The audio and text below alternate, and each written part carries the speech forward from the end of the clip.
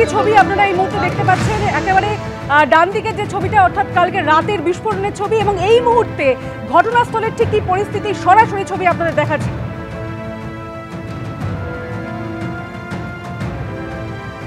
তবে এই যে ভয়াবহ ঘটনা, এটা প্রথম নয়। কল্যাণী থেকে এগরা, মহেশতলা থেকে দত্তপুকুর, গত কয়েক বছরে মজুত বাজিতে বিস্ফোরণ বারবার প্রাণ কেড়েছে। আর এবার দক্ষিণ 24 পরগনার ঢোলাহাটেও মজুত বাজিতে ঘটল ভয়াবহ বিস্ফোরণ, প্রাণ গেল 7 জনের। আর এখানেই প্রশ্ন হচ্ছে, ঢোলাহাটের এই বাড়িতে এত বাজি মজুত কেন ছিল?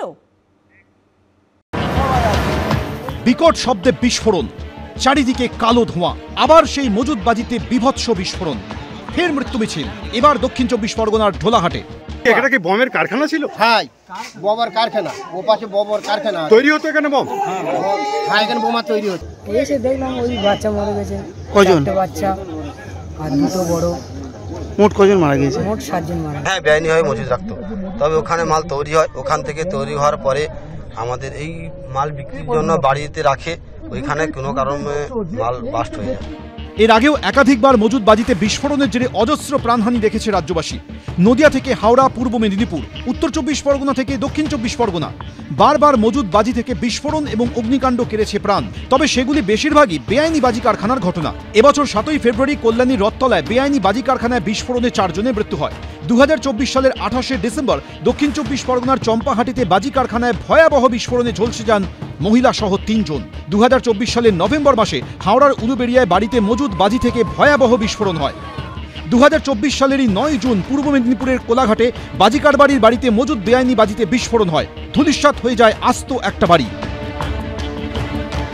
বেআইনি বাজি কারখানার বিস্ফোরণ কাঁপিয়ে দিয়েছিল উত্তর 24 পরগনার দত্তপুকুরকে, মৃত্যু হয়েছিল 9 জনের।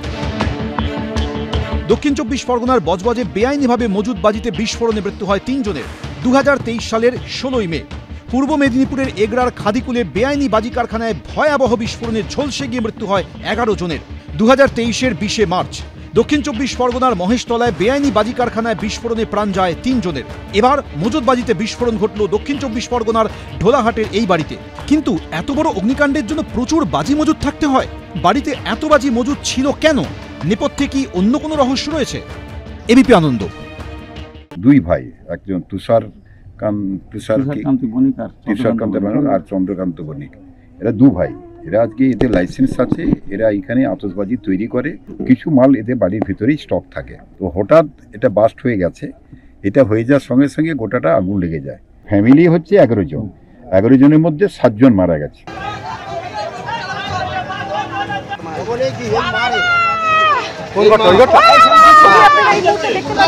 শেষ হয়ে গেল ভয়াবহ বিস্ফোরণের ছবি এবং তারপরের ছবি।